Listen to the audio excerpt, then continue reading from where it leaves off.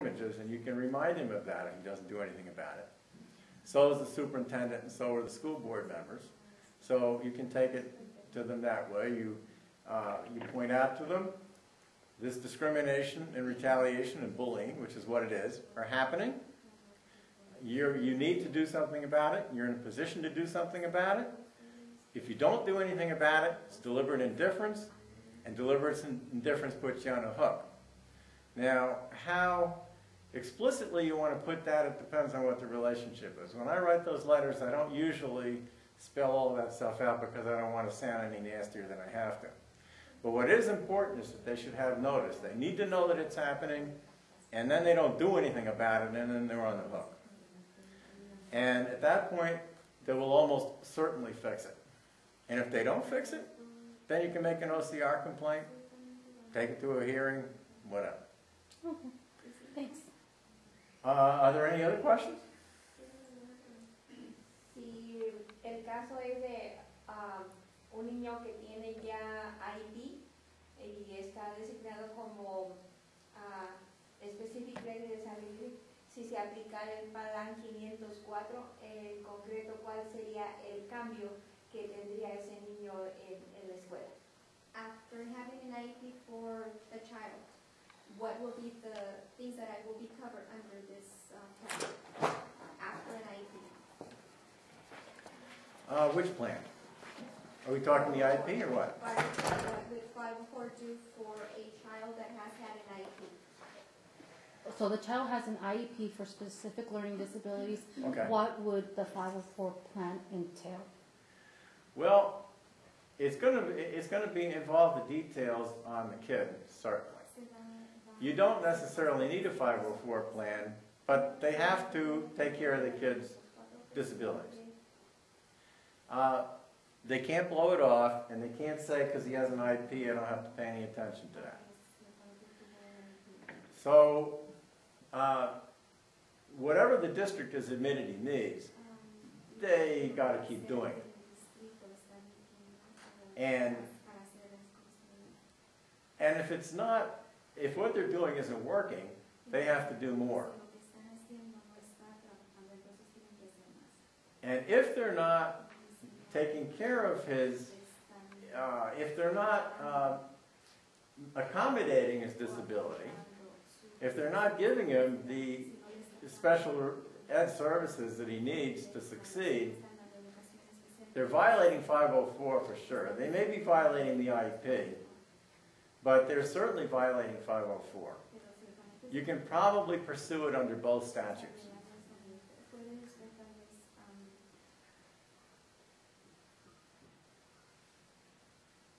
Thank you. So, is there anything else? Si no quedo contenta if I'm not happy voy a tener el meeting de IEP. Si no Can I have an IEP meeting, contenta and if I don't feel con lo que me van a comfortable decir, with whatever they tell me, ¿cuándo puedo volver a hacer otro meeting para adherir o quitar algo que no estoy how soon trabajando? can I make another meeting or ask for another meeting to add any of my comments or concerns? If you ask for an IP meeting in California, the Ed Code stuff on this is in section 56543. It gives all kinds of IEP timelines and stuff like that for IDEA that are specific to California. They have to give you an IP meeting within 30 days.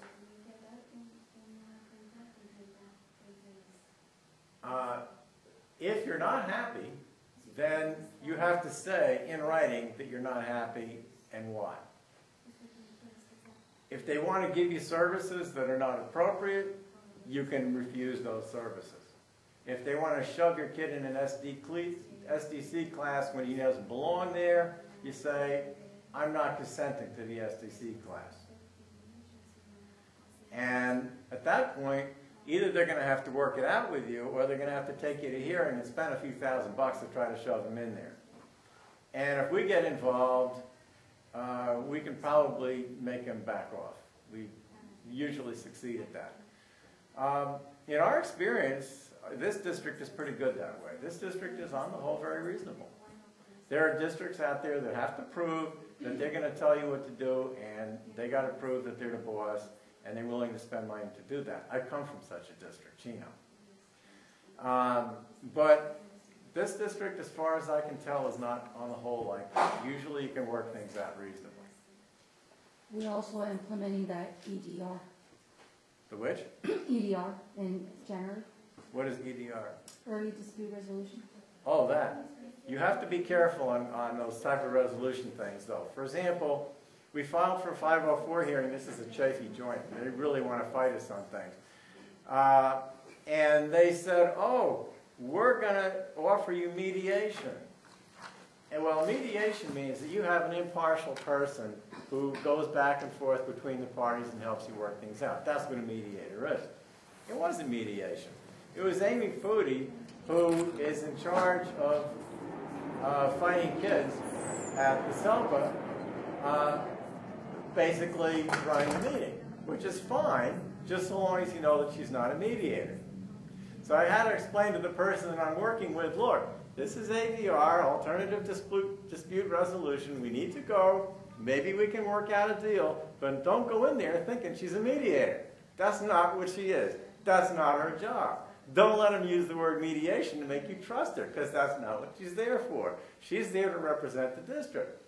So early dispute resolution is okay, just so long as you know what it is.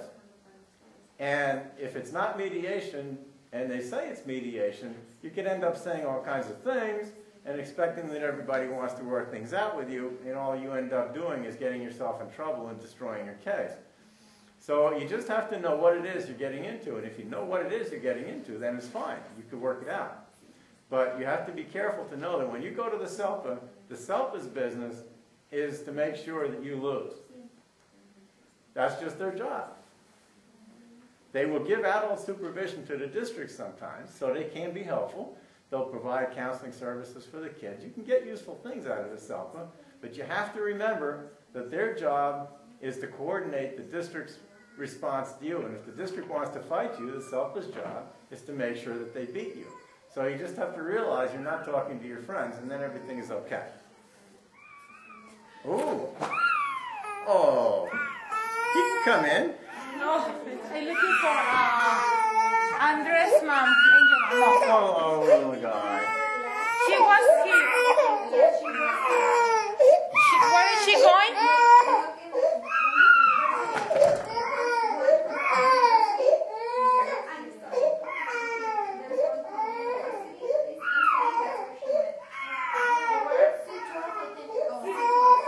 Okay, sorry. No problem. He is, after all, what we're all about here.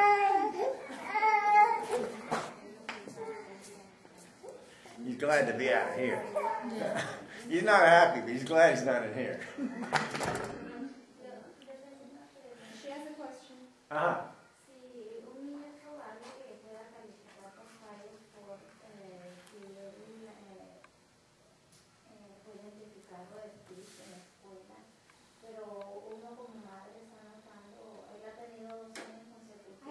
I have a child that's been identified with a speech problem, Okay. and as a parent, I've been noticing. El tutor ha tenido 2 años consecutivos de tutoría. Well, he's had 2 years of tutoring Porque él está muy bajo en comprensión. because his comprehension is low. De 10 preguntas saca Let's una say buena from buena. 10 questions, he gets 2. Me dijeron luego en ahí, Right. me dijeron que I had an IP, and I was told no tenía nada que ver con el speech. I was told that it had nothing to do with his speech problem. And how do they know that? Can the school help, or can I apply, or is there anything I can apply for? What? Dice, ¿cómo sabe la escuela que no tiene nada que ver con su problema de speech? I did ask, so that I got an answer from them saying that this is something different. This is like 2 different things. Okay. Hizo un resumen y le puso 2 puntos de 2 de 5 porque casi nunca sabe completar exactamente las sentencias. Okay, what was their basis for saying this? ¿En qué se basaron ellos para decirle esto que está precisando? Pues solo me dijeron que I was no just tenía told- nada que ver I was just told that it had nothing to do with eso. this disability. Okay. Here I just want to cover a basic thing. This is not a law thing exactly. But here's the basic thing. Esto es algo básico. They're going to tell you anything. Ellos le van a decir lo que sea. And just because they tell you something doesn't mean anything at all in itself. They may be right, they may be wrong, but it doesn't mean anything. Pero no quiere decir nada.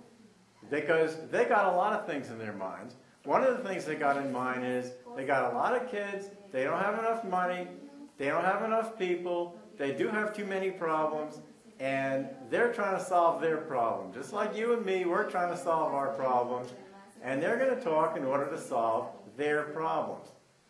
Their say-so just doesn't mean anything. The law, whether it's 504 or whether it's the IEP under IDEA, it's the same thing. They have to assess.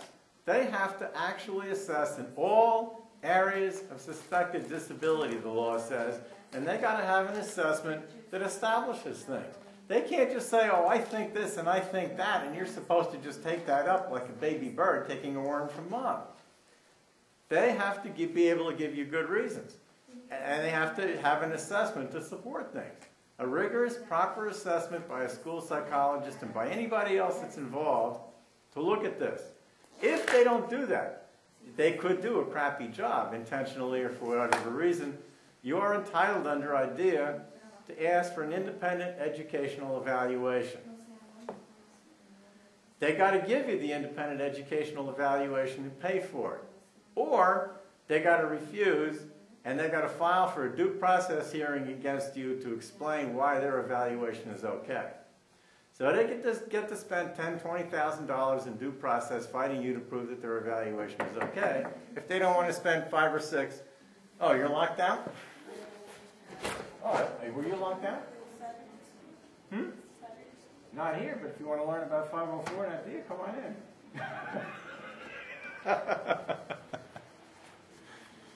Somebody looking for Saturday school. What are we doing Saturday school?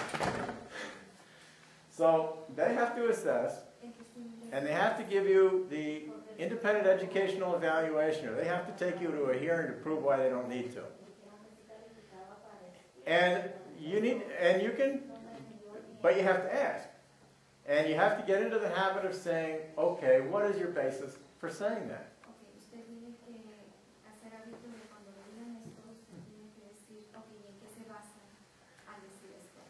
Now here's a general principle of negotiation that works for everybody and in everything and in every situation, not just school.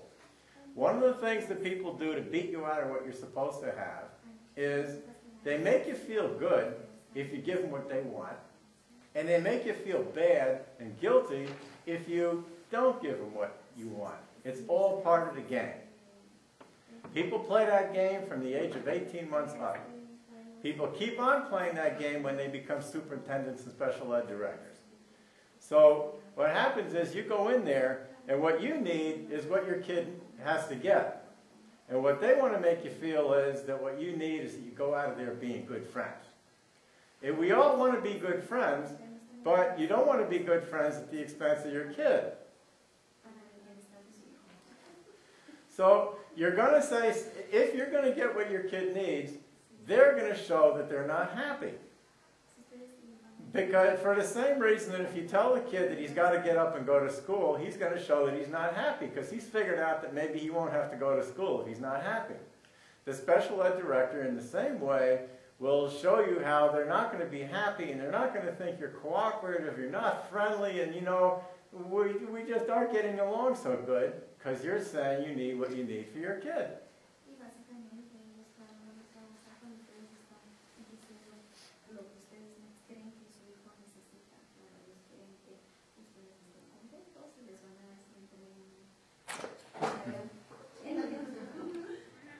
Come on in. Anyway, it's just the price that you got to pay in this business. If you want to work on cars, you're going to get grit under your fingernails. If you want to work in a daycare center, you're going to have to change diapers. if you want to get what your kid needs, they're not going to